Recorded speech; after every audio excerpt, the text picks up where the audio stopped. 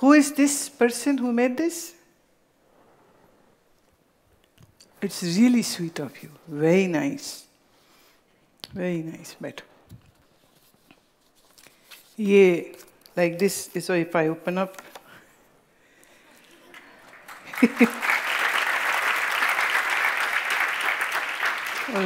लिखा सादर दंडवत प्रणाम. So इसे हम कहेंगे synthesis of East and West.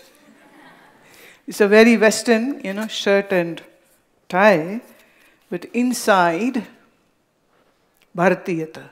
And remember this is what your reality is. And you should be always proud that you are born in such a country which has one of the best technology for mind, best technology for herbs and medicine, best technology about the body through yoga, Ashtanga Yoga, best technology about correcting the body, that is through the Shat Kriya and the Shat Karma. Bharat has one of the best Scientology, the science about the mind, that today, world over, जो भी कोई मनोविज्ञान पढ़ रहे हैं, जो practice कर रहे हैं, if they have to go for reference or if they have to go for in-depth search, they go to Patanjali Yoga Sutra. And this is something which many people don't really know it. But all the West today is really imbibing Patanjali Yoga Sutra. और unfortunately आपके school के syllabus में वो नहीं है. And down the line 20 years, तुम्हारे अगर मन की कोई दिक्कत हो गई तो किसी गोरे को ढूंढ रहे होगे कि बता मैं मेरे मन को कैसे ठीक करूं. और उस गोरे ने हमारे पतंजलि योग सूत्र से सीखा होगा. Isn't it odd? So, हमारी जो मूल जो प्रकृति है, जो सोच है, जो विचार हैं, जो संस्कार हैं, उनको कभी भी नेगेट नहीं करिएगा. और कोई करना भी चाहे तो उसको कहिए कि आप जरा थोड़ी पढ़ाई करके आइए, अभी आप जानते नहीं हैं आप किसके बारे में बोल रहे हैं. Always respect all civilizations, but never let anybody put your civilization down just because they don't understand it. Right? तो मुझे बहुत अच्छा लगा. नीलमणि का ही पहले प्रश्न लेते हैं. तेरा नाम भी बड़ा सुंदर है, नीलमणि Gautam. Life is full of dilemmas, confusion, and choice between two. I often think we need to pray to God because it is right and advised by everybody, even you. Every day I pluck flowers from my garden to offer to Arati to my mother as a rule, but I feel plucking flowers is not good. And as I am doing some wrong to them, it is not correct to pluck them for my good, my mother's good. Please explain why I am thinking like this and what is the correct and what should I need to do. Number one, there are always two perspectives for everything. दो दृष्टिकोण हमेशा होते हैं, दो से अधिक भी हो सकते हैं. हर आदमी को लगता है कि जो मैं सोचता हूँ वो सही है. तुम्हारी माँ की दृष्टि से सब कुछ ईश्वर का है तो फूल भी ईश्वर के हैं, तो ईश्वर के लिए फूलों को तोड़ा और ईश्वर को ही चढ़ाया, तो इसमें अच्छी ही बात हुई, इसमें बुरा क्या है. और फिर उनको जो भावना, जो फीलिंग्स आते हैं जब वो आरती करती हैं, she feels good about it, so there is nothing wrong. आप कहते हो जब मैं फूल तोड़ता हूं तो लगता है मैं कुछ गलत कर रहा हूं. तुम्हारा दृष्टिकोण भी बिल्कुल सही है. तुम्हारा दृष्टिकोण ऐसे सही है कि एक फूल को फूल बनने में कितना समय लगता है? कम से कम 3 महीना, 3 months. हम तो यहाँ आश्रम में बीज बोते हैं और उनकी ग्रोथ देखते रहते हैं. तो आज हम डालते हैं बीज और फिर 4 हफ्ते में जाके वो थोड़ा अंकुर निकलता है, फिर उसको हम पॉट में डालते हैं, फिर उसको केयर करते हैं कि इसको धूप तो नहीं ज़्यादा चाहिए, या इसे छाया चाहिए, या पानी कितना चाहिए, पानी छान के डालना है, सीधे डालना है. We take so much care of them. And then finally after 2 months और सो वो थोड़ा उसकी पत्तियां निकलती हैं, स्टेम्स आती हैं, छोटी सी कली आ जाती है, एंड फाइनली फूल आते हैं। तो एक बीज को फूल बनने में एक बड़ी लंबी यात्रा करनी पड़ती, और किसी बीज को बीच रास्ते में उसकी यात्रा में छोड़ दे, हम तोड़ दें, तो ये उसके साथ नाइंसाफी हो गई। मैंने एक ज़ेन स्टोरी पढ़ी थी कि एक राजकुमारी बुद्ध के मंदिर में पूजा करने को निकलती है। रास्ते में उसे वाइट चेरी ब्लॉसम ट्रीज बहुत खूबसूरत होते हैं, कभी गूगल करके देखेंगे, it's one of the most beautiful exquisite tree. तो फूलों से भरा हुआ था, बहुत सुंदर। तो उसने अपने सारथी से कहा कि रोको, हम कुछ फूल लेते हैं भगवान बुद्ध पे चढ़ाने के लिए। वो पेड़ तक जाती है, पर वो इतने खूबसूरत फूल हैं कि उसकी हिम्मत नहीं पड़ी कि वो फूलों को वो तोड़ ले। तो फिर उसने क्या किया, वो वहीं पे घुटने मोड़ के बैठ गई, हाथ जोड़ लिए, और मन ही मन बुद्ध को याद करके कहती है कि भगवान, ये वृक्ष के सभी फूल मैं तुम्हें अर्पित करती हूँ। खुद तोड़ते तो कितने तोड़ लेते। अच्छा, आप तोड़ के इधर चढ़ाइए, 4-1 घंटे में तो वो फूल मर जाता है। शाम तक उसे वहां से निकाल के बाहर कूड़े में फेंकना पड़ेगा। कूड़े में फेंके, मिट्टी में डालें, रिसाइकल करें, बट वहां से तो हटाना ही पड़ेगा। Don't look nice, then you get a fresh lot of flowers and then you again. पर अगर पेड़ पर ही लगे लगे फूल हमने भगवान को चढ़ा दिए, फूल मरे भी नहीं, फूल भगवान के अर्पित भी हो गए, फूल अपनी यात्रा भी पूरी करेंगे, और आप ही नहीं और कितने लोगों को उनकी खूबसूरती का आनंद मिलेगा। तो सब तरफ से अच्छी बात हो गई। तो प्रश्न यह उठता है कि फूल तोड़ना गलत या ना तोड़ना, क्या सही हो सकता है? अब यहां आपका ओपिनियन आ जाएगा। किसी को लगेगा नहीं तोड़ना अच्छा, फूल ऐसे भी मर जाएगा, भगवान के ही चरण में मर जाए। दूसरा, फूल जहां है वहां लगे लगे भी तो वो भगवान ही से तो जुड़ा हुआ है, और किससे जुड़ा है? ये तो हमारी बुद्धि है ना जो समझ नहीं पाती। हम कहते ये मैं हूं, ये पेड़ है, फूल है, और ये भगवान। तो जो भगवान को एक मूर्ति में देखते हैं, उन्हें लगता है फूल को यहां से तोड़ें और मूर्ति तक पहुंचाएं, ये फूल की यात्रा हो गई, शुभ यात्रा हो गई, और जो लेके गया मनुष्य उसको आनंद हुआ, सुख हुआ। But from the perspective of Bhagavad Gita, यो माम, भगवान कहते जो मुझे सब में जानता है, सबको मुझ में जानता है, मैं उससे कभी अलग नहीं, वो कभी मुझसे अलग नहीं। तो इसका अर्थ क्या हुआ? इसका अर्थ ये हुआ कि फूल जहां है, वो जिस अस्तित्व से जुड़ा है, वह अस्तित्व परमात्मा ही तो है। तो मुझे यहां से तोड़ के वहां पहुंचाने की जरूरत नहीं है, राइट?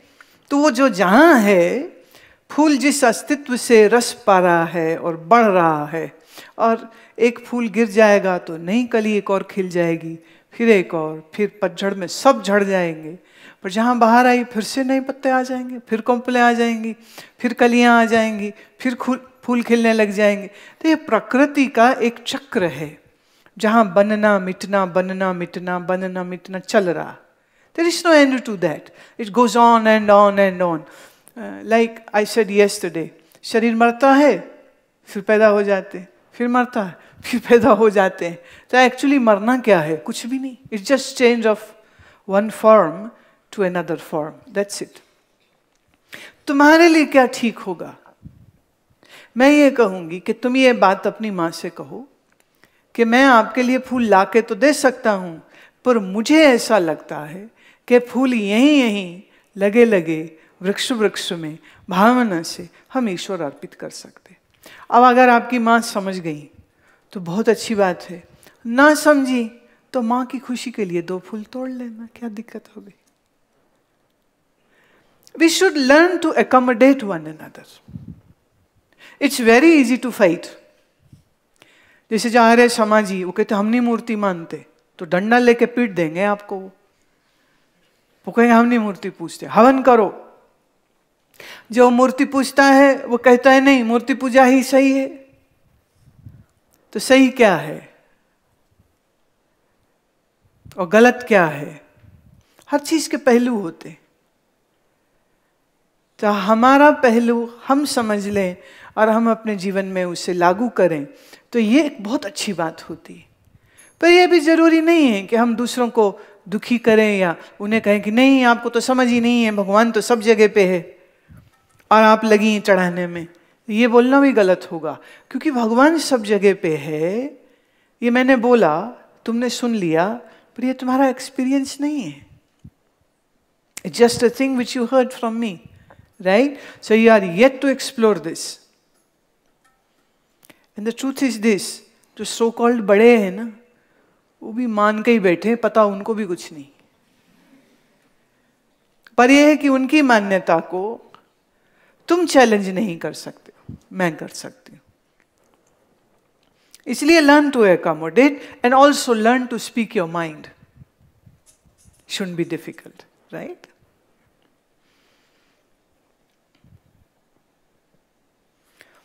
दूसरा इसका सवाल है, my friends often ask me why I write Om in beginning of any page or diary, because then after a few days we throw those pages or copies in a dustbin.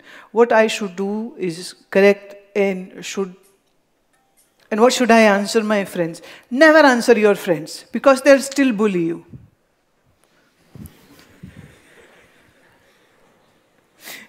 उनको तुमसे कुछ समझना नहीं है, तुम उनके गुरुजी नहीं हो, तुम उनके टीचर नहीं हो, उन्हें कुछ नहीं तुम्हें समझाना, राइट? बस तुमने खुद ने समझना है। अब हम ओम क्यों लिखते हैं? तुम्हें अच्छा लगता है तुम लिखते हो, and god damn it, it's nobody's business what you write. That's your copy, your hand, your mind, your life. Okay, किंतु परंतु कहे go get your life.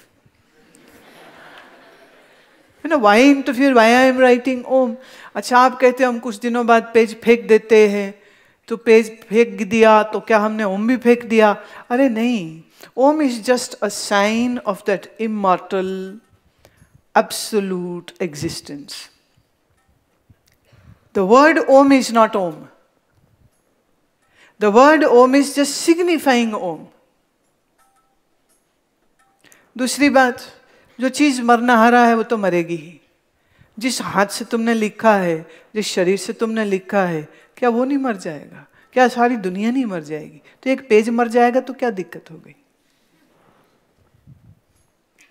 The beauty of our philosophy is this, that we don't negate death and we accept it. And it is okay. कुछ भी नया लिखे, कुछ भी नया करें। मैं अपनी बात बताती हूँ। स्कूल के वक्त में जैसे आपको एग्जाम से डर लगता है, मुझे भी बहुत डर लगता था। मुझे तो इसलिए भी लगता था क्योंकि मैं पढ़ती नहीं थी। That's true. मेरे को अच्छा नहीं लगता था पढ़ना, क्योंकि बहुत छोटी उम्र से मेरा रुझान सत्संग की ओर चला गया। तो 7th-6th स्टैंडर्ड में थी जब से, तो सत्संग अच्छा लगता है, संत जो बोलते वो अच्छा लगता है, वो मुझे सब याद रहता था। कोई कॉपी नहीं, कोई होमवर्क नहीं, कोई क्लास वर्क नहीं, nothing. And yet I would remember everything whatever they would speak, because I love that. And studying was something which I had to do. Parents wanted, and okay पढ़ना पड़ेगा, चलो पढ़ लेते हैं, तो मजबूरी में पढ़ती। तो एग्जाम से डर लगता था, पर यह है कि नालायक नहीं थी। तो एग्जाम से कुछ पहले बहुत सीरियसली पास होने की ख्याल से पढ़ाई कर लेती थी। गलत है, पर मैं ऐसे ही कर रही थी। फिर एक दिन मैंने अपने जो स्वामी जी थे उनसे कहा कि मेरा एग्ज़ाम है, प्लीज़ ब्लेस मी। मुझे थोड़ा डर भी लग रहा है कि मेरी तैयारी पूरी नहीं है, मैं पढ़ाई ठीक से नहीं करी। झूठ नहीं बोला, सच बोला उनको। तो उन्होंने उस समय मेरे को एक बात सिखाई। वो निर्मले संत थे, तो निर्मले संतों में सिद्धांत मंत्र की बड़ी वैल्यू। सिद्धांत मंत्र है एक ओंकार सत गुर प्रसाद, ये सिद्धांत मंत्र है। ये कुल 522 बार गुरु ग्रंथ साहब में आया है। तो मुझे वो कहते हैं कि एक काम करना, तुम हाथ में पेन लेने से पहले, क्वेश्चन पेपर को हाथ लगाने से पहले मन ही मन आप ये मंत्र का जप करना 5 टाइम्स। एक ओंकार सद्गुरु प्रसाद। ओंकार माने ओम का ही दूसरा फॉर्म है, सत माने सत, गुरु माने चैतन्य, प्रसाद मतलब आनंद। तो हिंदी में हो गया सत चित आनंद व्यापक। परमात्मा का ये एट्रीब्यूट है, परमात्मा का ये स्वरूप है। तो बोले बस मन में ऐसे आप 5 बार मंत्र करना। और आप तो भगवान के बच्चे हो या नहीं? हाँ हैं, हरि के बच्चे, हरि हैं। बस फिर उठा लेना क्वेश्चन पेपर और फिर सोचना नहीं, जो आता जाए तुम लिखते जाना। जो सवाल आते हैं वो पहले अटेम्प्ट करना, जो नहीं आता वो साइड में रख देना। और लास्ट में एक बार फिर से when you will review the questions, read your those questions which you don't know about या you had some doubts, and then try, if you know it, जितना भी आए लास्ट में उन प्रश्नों को ले लेना। मैं ठीक है। अब हम लिखते नहीं थे पर मन में मंत्र कर लेते थे और करके पेपर किया, और उसके बाद तो सोचते भी नहीं थे कि अच्छा हुआ बुरा हुआ। कोई पूछता भी थे ना पेपर कैसे हुआ, बहुत अच्छे, पर हम क्यों कहें अच्छा नहीं हुआ? व्हाई शुड आई से इट? भाई अपने बच्चे की खुद ही निंदा करेंगे तो दुखी खुद ही होना पड़ेगा ना। So never say that, never ever से दिस थिंग, ये अच्छा नहीं हुआ। देखो जब रिजल्ट आएगा जो होगा तभी होगा ना, तो उसके पहले काहे अपने आप को हम कष्ट दें। So I would use this very smart move. करने से पहले अपने मन को सॉर्ट आउट कर लिया और फिर जो भी काम करना है वो आप करिए।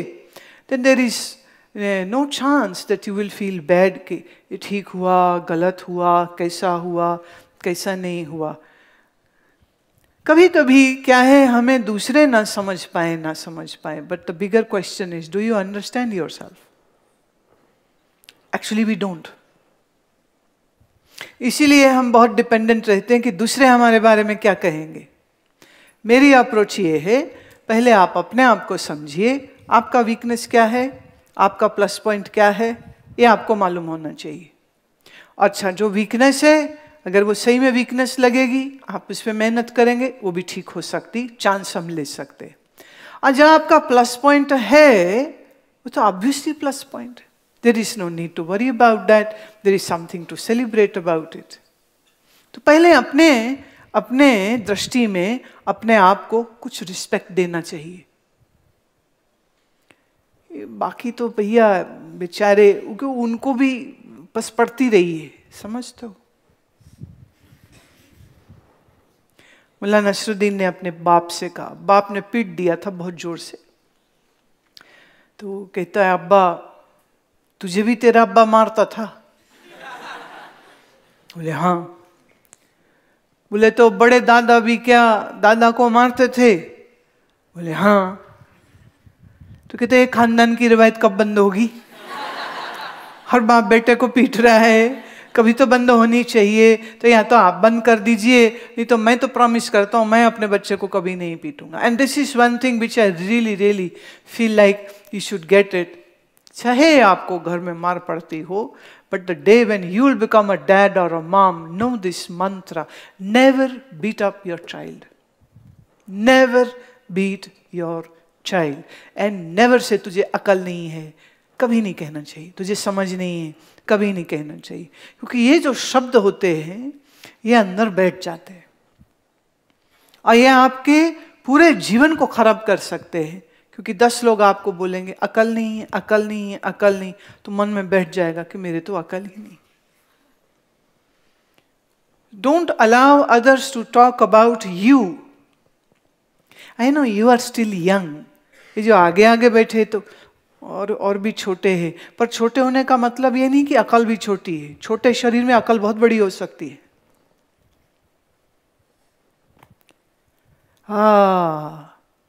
अष्टावक्र जी मालूम कितने साल के थे जब उन्होंने राजा जनक को ब्रह्म ज्ञान दिया? 8 years. He was just 8 years. और जनक आयु में कितने बड़े राजा हैं, लेकिन ज्ञान की कोई उम्र नहीं होती। इसलिए किसी भी उम्र में हम ज्ञान अर्जित कर सकते हैं। तो सबसे पहले हमें खुद को समझना है, हमें किसी को नहीं समझाना। अच्छा, आप किसी को समझाने जाओगे और अगर आपकी योग्यता अच्छी नहीं है, वो सामने वाला तो समझेगा कि पता नहीं समझेगा, लेकिन बड़ी जल्दी वो आपको जरूर समझाएगा। अच्छा, मुझे ज्ञान देने आया तो आप बताता हूं तेरे को। People are really very angry, very angry. छोड़ते नहीं, किसी को भी नहीं छोड़ते।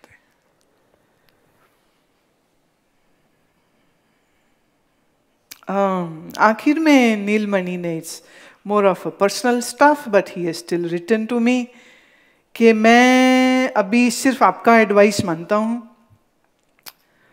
और कभी कभी वो एडवाइस को अपने हिसाब से अमेंड करके ऐसे यूज करता हूं कि मैं अपनी बहनों पे रौब छाड़ देता हूं, माँ पे भी रौब छाड़ देता हूं, कभी कभी बुरा भी बोलता हूं। हालांकि मैं उन्हें बहुत प्यार भी करता हूं, पर मुझे गुस्सा बहुत आता है। हाउ टू बी काम, प्लीज एडवाइस मी। देखा, मैंने अभी बोला ना, कुछ आए ना आए लेकिन दूसरे को सिखाने का बड़ा शौक आता है। अभी बोल के हटी ना मैं। ऐसा है, नीलमणि का स्कूल में उसके टीचर उसको जोर से डांटे तो नीलमणि क्या करेगा? What will be your response? कुछ नहीं ना, चुप करके डांट खाएगा। प्रिंसिपल डांटे जोर से तो क्या करेंगे आप? कर ही नहीं सकते कुछ, राइट? बिल्कुल कुछ नहीं कर सकते। तब आप डांट खा लेते हैं चुपचाप। ऑफिस में कोई काम करता है, वहां पे बॉस आपको डांट दे, क्या करेंगे आप? Again nothing. अच्छा, उस समय गुस्सा आता है या नहीं आता है? हाँ, पर कंट्रोल होता है ना? क्यों कंट्रोल करते हो बताओ?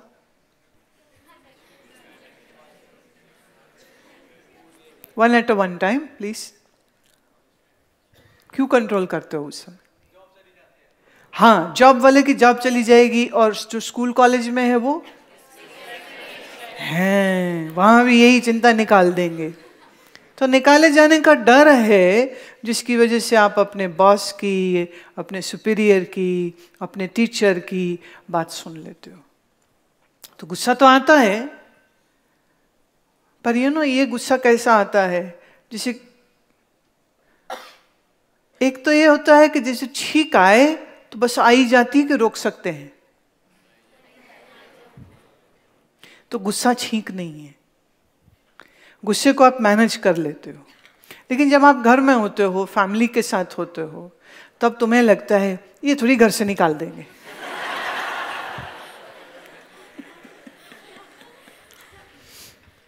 इसलिए अपने बहनों और अपने भाई और अपनी माँ, उसके साथ हम लोग लेवरेज ले जाते हैं और भड़ कुछ भी कर देते हैं, राइट? ये डर नहीं है कि वो हमें निकाल देंगे, ये डर नहीं होता है। इसलिए वो जो स्कूल में डांट पड़ी, वो जो दोस्तों ने खिंचाई करी, वो जो रास्ते में किसी ने थप्पड़ मारा, वो जो किसी स्पोर्ट्स टीचर ने डांटा, वो दिन भर की जो डांट होती है आपके अंदर, वो शाम को घर आके रिलीज कर देते हो। ऐसे जैसे किसी ने छींक रोकी हो पूरा दिन और घर आते कहे रुक,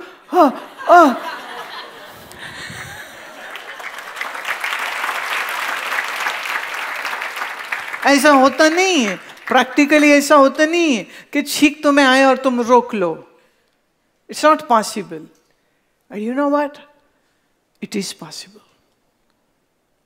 it is possible to restrain your sneeze, but there is a methodology to it. The pranic force which causes the sneeze, if you have the ability to manage that, then you can even have a control on your sneeze on your cough, on your yawning, and on your sleep, and on your hunger, and on your thirst. जल्दी से ये बात नहीं मान लेनी चाहिए कि ये हो नहीं सकता। हठ योग प्रदीपिका और उसके जैसे जो और योग के कुछ एक प्रैक्टिकल ग्रंथ हैं, उनमें how to manage your natural urges, उसका भी पूरा विज्ञान दिया हुआ है। अब ये दुनिया में कोई ऐसी किताब, कोई ऐसा शास्त्र, कोई ऐसी फिलॉसफी नहीं है जो आपको ये चीजें भी बता सकते हो, लेकिन भारत के मनीषियों ने इसके ऊपर भी काम किया। हम अपने घर वालों के साथ थोड़ा रूड इसलिए भी हो जाते हैं, एक हमें मालूम है कि वो हमें प्यार करते हैं, दो हमें ये भी अंदर से पता है कि बाहर वाला कोई हमारी बदतमीजी नहीं सुनेगा, पर ये चूंकि मुझे प्यार करते हैं तो मैं थोड़ा रिलैक्स हो सकता हूं। तीसरा, हम कभी कभी अपने ही लोगों के साथ इनसेंसिटिव हो जाते हैं। We are very cautious and sweet and polite when we talk to a stranger, पर जब अपने ही घर में किसी से बात करते हैं, we are no more polite, we are not sensitive, and we just blurt out anything. End of the day that is not a nice thing. कभी जोर से गुस्सा आए तो एक काम करिए, आपके लिए मैंने कहा था ना, थिएटर का वर्कशॉप, ड्रामा का, एक्टिंग स्किल्स का वर्कशॉप है, तो उस वर्कशॉप का एक टिप आपको देती हूं। Anybody who wishes to become a good actor should practise with the mirror. Stand in front of a mirror and let your expressions come out. तो अगर आपको कहीं कभी ख्वाहिश एक्टिंग में जाने की होए तो ये उसमें तो बड़ी काम आएगी, बट इन एनी केस आपको एक्टर नहीं बनना है, लेकिन आपके गुस्सा आया है और जी हो रहा है कि कुछ बोलूं। अच्छा, मालूम क्या है, we learn from our environment. बाप, दादा, पड़ोसी, चाचा, किसी को भी हमने देखा कि जब उन्हें गुस्सा आता तो गालियां निकालते, राइट? गाली निकालेंगे, और जब गुस्सा आएगा तो वो बस, ट्रक, ऑटो, स्कूटर, मोटरसाइकिल को भी गाली निकाल देंगे, ये समझते हुए कि उनके कान तो है नहीं, फिर भी गाली देते हैं।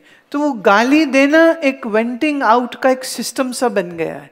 तो अब हमने ये सब ऑब्जर्व किया है, हमारे आसपास लोग ऐसा करते हैं, तो कहीं ना कहीं ये हम हैबिट ले लेते हैं कि जब हमें गुस्सा आए क्या करो, गाली दो, यूज एन अब्यूसिव वर्ड, और गाली दे के एज इफ कोई फ्रस्ट्रेशन कम हो जाएगी। देखिए, maybe that might work but not to a person. Try it on a mirror. तो शीशे के सामने खड़े होकर, भाई दरवाजा बंद कर लेना, make sure nobody watches you when you do this, but I promise you this works beautifully.